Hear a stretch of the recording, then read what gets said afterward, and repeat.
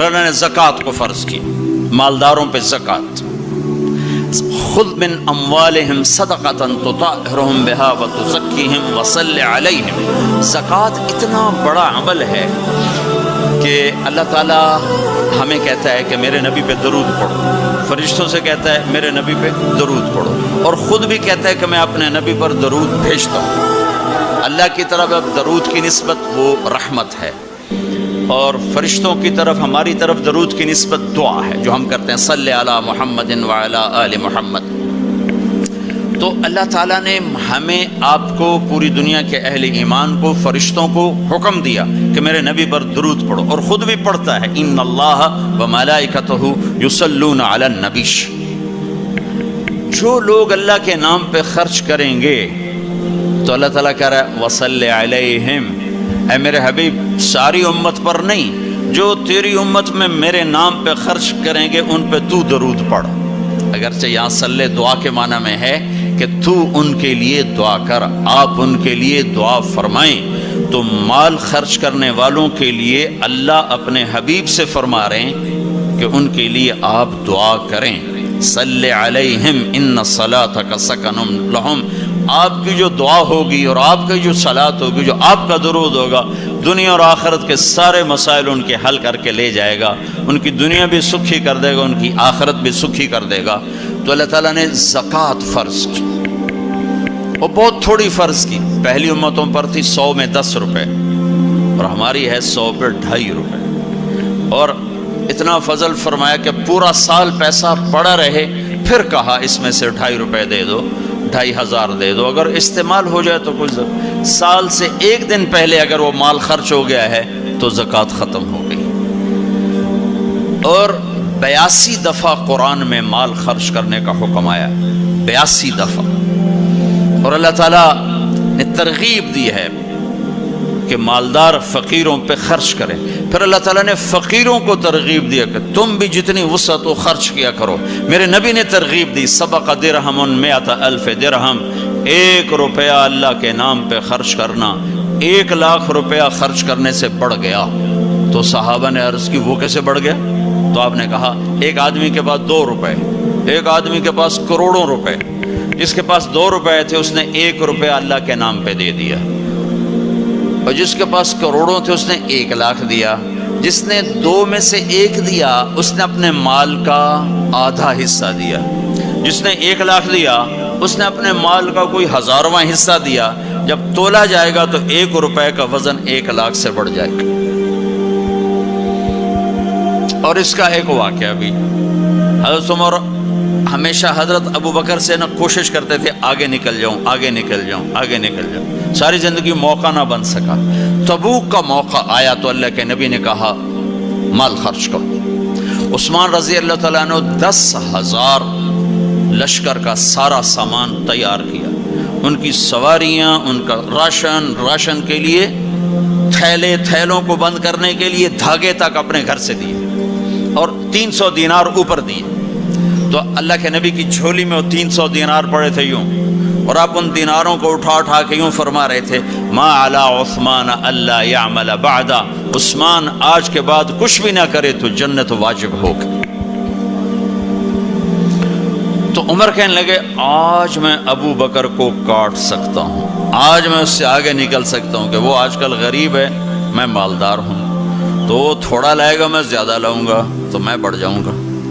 لہٰذا انہوں نے اپنے مال کا آدھا حصہ، آدھا گھر میں رکھا اور آدھا لے کر آئے. ابو بکر نے جھاڑو پھیر دیا، جو کچھ تھا وہ سارا سمیٹ کے لے آئے. جب دونوں پراپرٹی سامنے رکھی گئیں تو حضرت عمر کی بہت زیادہ نظر آ رہی، ابو بکر کی بہت تھوڑی نظر آ رہی. لہٰذا حضرت عمر بڑے اطمینان میں کھڑے کہ آج جیت خطاب کے بیٹے کی ہے. میں قربان جاؤں، اللہ رسول تو جانتے ہیں کہ کون کیا کر کے آیا ہے. تو میرے نبی نے سوال ہی بدل دیا جو اس موقع کا سوال ہی نہیں. کوئی آدمی مسجد میں چندہ دینے جائے، مدرسے میں چندہ دینے جائے، کہا جی مول صاحب یہ 1 لاکھ روپیہ ہے مدرسے کے لیے، مسجد کے لیے. آگے مولوی صاحب کہیں پیچھے کتنے پڑے ہوئے ہیں، تو کہے گا یہ بھی واپس کرو، میں تو تھوڑی نیت جو کوئی چکر لگتا ہے کہ تسی ٹھیکیدار ہو مگر علی شاید ابھی پیچھے کتنے پین. یہ موقع کا سوال ہے ہی نہیں. مولوی صاحب کو چاہیے جی جزاک اللہ یہ لیجیے رسید بسم اللہ, پھر بھی موقع آئے تو دیتے رہیں. تو میرے نبی نے پوچھنا یہ تھا ابو بکر کتنا لائے ہو, عمر کتنا لائے ہو, اور یہی اس موقع کا سوال ہے. لیکن اللہ رسول جانتے ہیں کہ کس کے مال میں وزن زیادہ ہے, تو میرے نبی نے سوال بدل دیا, فرمایا عمر ما خلفت. واہ واہ, عمر پیچھے کیا چھوڑ کے آئے ہو؟ تو حضرت عمر تو وہیں دھڑم ہو گئے گا, با میں گیا. سوال سے ہی وہ پتہ چلے گا, با میری کلی اڑ گئی, گئی وکٹ. عمر ما خلفت یا ما ترکت لأہلک, یہ دونوں الفاظ ہیں. پیچھے گھر والوں کے لیے کیا چھوڑا؟ تو پہلے حضرت عمر بڑے جوش میں کھڑے تھے, پھر ایک دم ڈھیلے ہو گئے. کہنے بعد جی آدھا چھوڑا ہے آدھا لایا. پھر آپ نے کہا ابا بکر ما خلفت یا ما ترکت لأہلک, ابو بکر تو پیچھے چھوڑ کے کیا آیا, بچوں کے لیے کیا چھوڑ کے آیا؟ تو انہوں نے کہا ترکت اللہ ورسول, میں تو اللہ اس کے رسول کو چھوڑ کے آیا ہوں, باقی سب کچھ لے آیا. تو اس پر عمر کہنے لگے ابو بکر میں نہیں تجھ سے آگے بڑھ سکتا, کوئی بھی تجھ سے آگے نہیں بڑھ سکتا. اور اگلی سنو,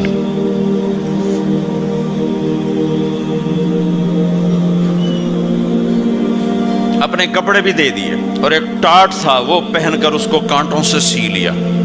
تو جبریل آئے, کہنے لگے یا رسول اللہ, اللہ تعالیٰ پوچھ رہے ہیں کہ ابو بکر نے یہ ٹاٹ کیوں پہنا ہوا ہے؟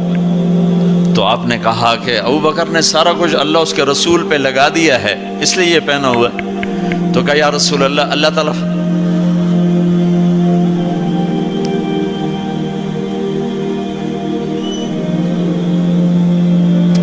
اللہ تعالیٰ فرما رہے ہیں ابو بکر سے پوچھو مجھ سے راضی تو ہے, مجھ سے راضی تو ہے, اس فقر میں مجھ سے راضی ہے؟ میں تو اتنا سفر کر کے آیا ہوں, حالانکہ ابھی 4 دن پہلے میں 12 ملکوں کا 10 ملکوں کا سفر کر کے آؤں, ساری ہڈیوں میں درد ہے. میں اس لیے آیا ہوں کہ چلو کوئی بخشش کا بہانہ مل جائے, کوئی بخشش کا بہانہ مل جائے, اللہ راضی ہو جائے. آپ سارے اس لیے حج پہ جا رہے ہو کہ اللہ راضی ہو جائے. جو سارے جہان سے کہتا ہے مجھے راضی کر, وہ کہہ رہا ہے ابو بکر سے پوچھو مجھ سے راضی تو ہے. تو آپ نے کہا ابو بکر تیرا رب تجھے سلام بھی کہہ رہا ہے اور پوچھ رہا ہے کہ راضی ہو. تو ابو بکر کی چیخیں نکلی, میں اپنے رب سے راضی, میں اپنے رب سے راضی, میں اپنے رب سے راضی. میرے بھائیو بہنوں, زندگی ایسے گزار کے مرو کہ اللہ کو ملے تو اللہ خوش ہو کے مل رہا. ایسے نہ مرو کہ اللہ کی بارگاہ میں پیش کیے جا رہے ہوں مجرم بن کر, قیدی بن کر. تو اللہ اس کے رسول نے مال لگانے پر زور دیا. اللہ چاہتا تو سب کو مال دے دیتا, کسی کو فقیر کسی کو مالدار. مالدار کا شکر کا امتحان لیا, فقیر کے صبر کا امتحان لیا. کہ اللہ فقیر کا صبر دیکھے گا, مالدار کا شکر دیکھے گا. اور جب مالدار لوگ زکوٰۃ نہیں دیتے تو پھر عزتیں نیلام ہوتی ہیں. جب سب کچھ اپنے اوپر لگانے کا ذوق بن جاتا ہے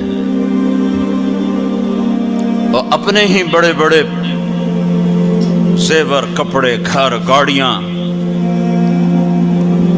یہ بھی لاہور کا واقعہ ہے. بیگم صاحب ڈرائیور کے ساتھ گئی ہیں اور واپسی پہ کہہ رہی ہیں اسلم ڈرائیور آج میری بڑی اچھی قسمت, وہ ساڑی میں نے لی تو میں سمجھ رہی تھی 1 لاکھ کی ہے, وہ تو مجھے 75,000 میں مل گئی, بڑی سستی مل گئی. خوش ہو کے ڈرائیور کو بتا رہی. تیسرے دن ڈرائیور کے بیٹے کا بازو ٹوٹ گیا. وہ آ کر کہتا ہے صاحب جی میری تنخواہ میں تو اس کا علاج ہو نہیں سکتا, تو مہربانی کر کے کچھ میری مدد کر دیں, اس کا علاج ہو جائے. تو صاحب کہتے ہیں اسلم تمہیں پتہ تو آج کل کاروبار بڑا مندہ ہے, تو میرے پاس تو گنجائش نہیں, میرا ایک ڈاکٹر دوست ہے میں اسے فون کر دیتا ہوں, وہ تمہاری مدد کر دے گا. جب اس طرح ہوتا ہے تو پھر ڈاکے, چوریاں, قتل و غارت شروع ہوتے ہیں. جب اس طرح ہوتا ہے تو مالداروں میں تکبر پیدا ہوتا ہے اور غریبوں میں ظلم پیدا ہوتا ہے۔ تو زکوٰۃ ایک بہت بڑا عمل ہے۔ 2.5% تو فرض ہے، اور زکوٰۃ دینے والا سخی نہیں اللہ کی بارگاہ میں، ہاں بخیل بھی نہیں، سخی بھی نہیں ہے، بخیل بھی نہیں، یعنی وہ بخل کے ملک سے نکل آیا ہے اور سخاوت کے ملک میں انٹری نہیں ہوئی۔ 2.5 روپے پہ 1 پیسہ بھی اوپر خرچ کرے گا تو اب سخیوں میں آ گیا، پھر جتنا بڑھتا جائے گا اتنا آگے بڑھتا جائے گا۔ اور اللہ نے فرمایا مجھے میری عزت کی قسم، جنت الفردوس میں بخیل داخل نہیں ہو سکتا۔ اور اللہ شیطان کہتا ہے کہ مجھے عبادت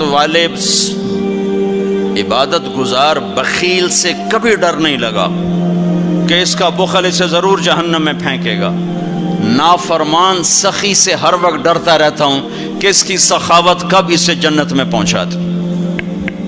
آپ نے سامری کا نام تو سنا ہوا ہے، قرآن میں بھی ہے، جس نے موسیٰ علیہ السلام کی قوم کو گائے کے بچے کی پوجا پہ لگا دیا، بچڑے کی۔ اللہ نے کہا سب کو قتل کرو، سارے پکڑے گئے، قتل کیے گئے۔ سامری بھی آ گیا، موسیٰ علیہ السلام نے کہا قتل کرو، جبریل آ گیا۔ موسیٰ، اللہ تعالیٰ کہہ رہے ہیں اسے قتل نہ کرو، یہ اپنی موت آپ مرے گا۔ تو موسیٰ علیہ السلام کہنے لگے جو سارے کفر کا سبب بنا، اسے کیوں چھوڑ رہے ہیں؟ تو اللہ تعالیٰ نے کہا سخی ہے، سخی کو قتل کرنا مجھے اچھا نہیں لگتا، چھوڑ دو، اپنی موت آپ مر جائے گا۔ کافر کو سخاوت قتل سے بچا گئی۔ جب ایمان والا کوئی مرد عورت سخی ہوگا تو اللہ کی بارگاہ میں کیسے اونچے مرتبے لے کر جائے گا۔